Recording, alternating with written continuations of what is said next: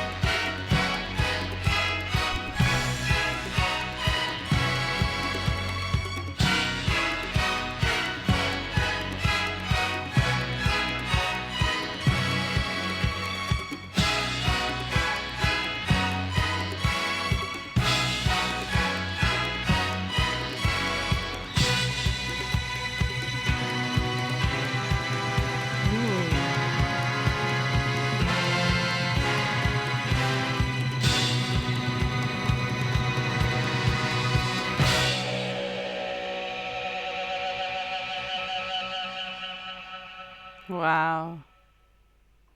Wow. That was amazing.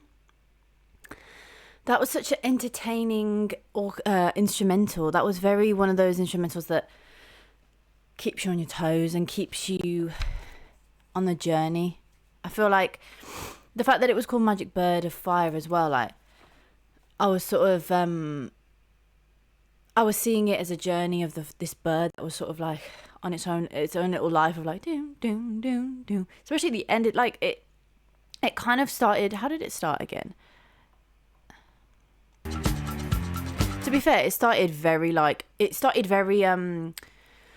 still very upbeat. I feel like it was very upbeat throughout the whole thing. That was sort of the same. But the fact that it's using quite low tones, like that instrument, whatever that is, I want to say it's a cello, but it could potentially be like an electric guitar as well.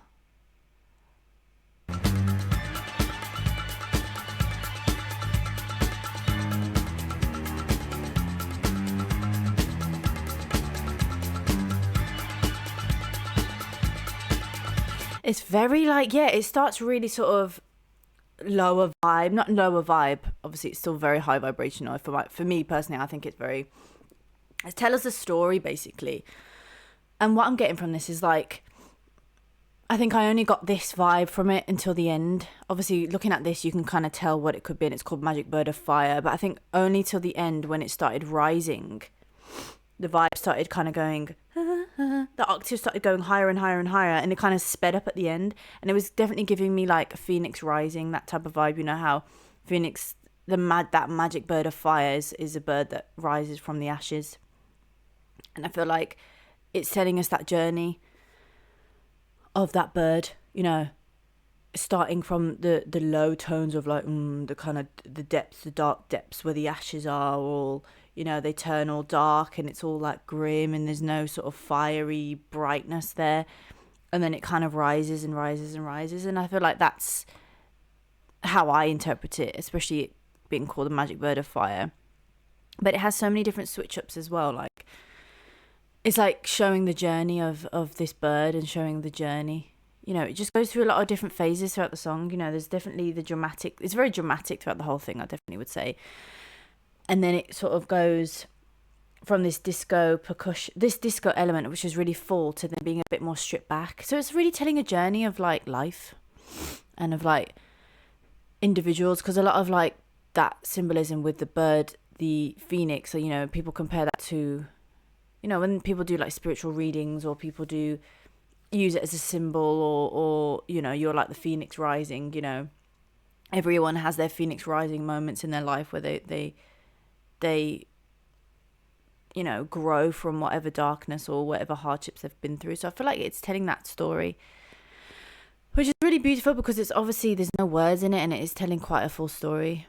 And there was a specific bit that I really loved. But yeah, it was so many elements of disco.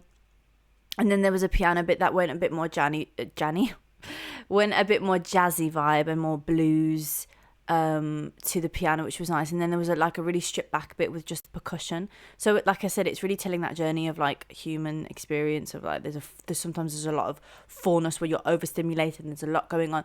And then there's times where it's very like mellow and stripped back. You know, it's like, and I feel like the fact that that came before the rise, it's quite symbolic, you know.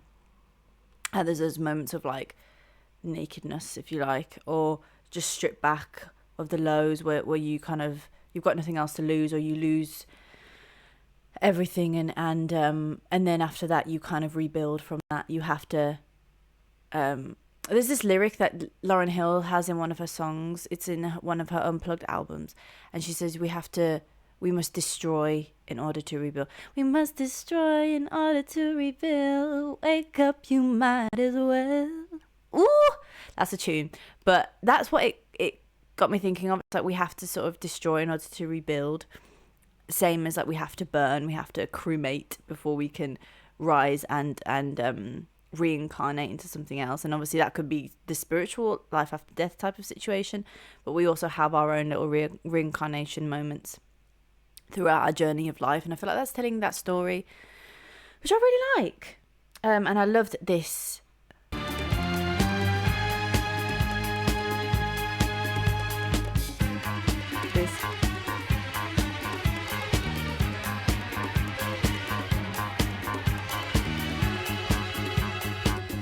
Yeah, that's really cool. I love that. It's very scary. It gives it a very like eerie vibe to it and sort of kind of scary, but it adds to that like confusion and like the whole battle that you're going through. That's how I see this song. Um yeah. And then the piano. And then there's this bit with the percussion where I said it kind of goes a bit more stripped back, which I really liked a lot.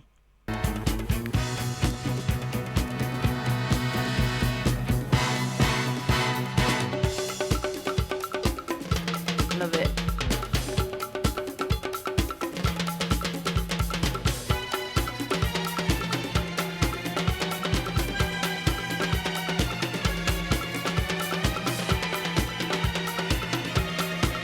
And it really picks up here, and then from this point onwards, it just continues to go like higher and higher and higher, and like rises.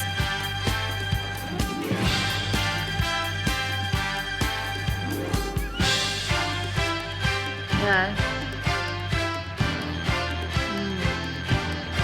And this bit at the end with this dum dum dum, it's really like triumphant. That's the vibe that I get from it. It's like very like, like, in the movies when someone's won something and they're like, yeah, and they're all marching like because they've like won, and it's like very triumphant, and that's the vibe that I get. It's like the start is very like kind of eerie and scary and sort of like and then it goes into this triumphant, grand, sort of elevating feeling of like this phoenix is rising type vibe, which I really like.